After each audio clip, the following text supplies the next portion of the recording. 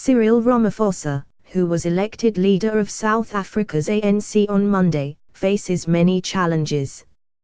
As he will almost certainly become president of South Africa after polls scheduled in 2019, the problems extend well beyond the rehabilitation of a divided and increasingly unpopular party. 23 years after the end of the racist, repressive apartheid regime, South Africa remains a country with enormous resources and great wealth, but also massive inequality and deep poverty. Though successive ANC governments have made huge efforts to build homes and supply basic services to millions of people, they have been unable to meet expectations.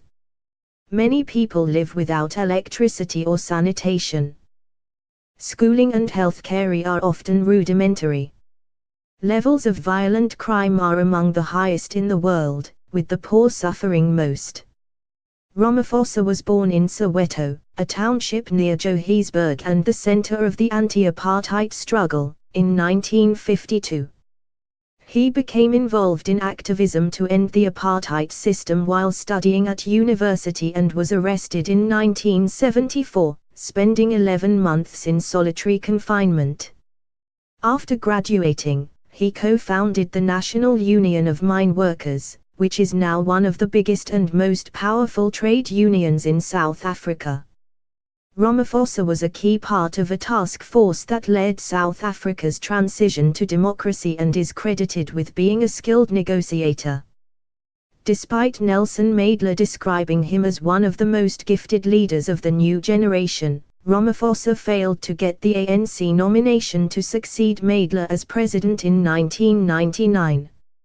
After that blow, Ramaphosa swapped politics for a lucrative foray into business, using his union connections and becoming one of the richest men in the country.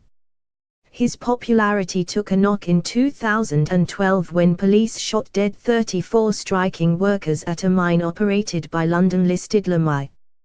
At the time of the killings, Ramaphosa was on the board of directors and had called for a crackdown on the strikers, whom he accused of dastardly criminal behavior. In 2012 Ramaphosa returned to politics and 2 years later he became South Africa's deputy president. Despite being part of Zuma's administration, he is seen as a reformer who will steer the country away from the corruption scandals that have hurt the economy. Perhaps the most significant problem is unemployment, particularly among young people.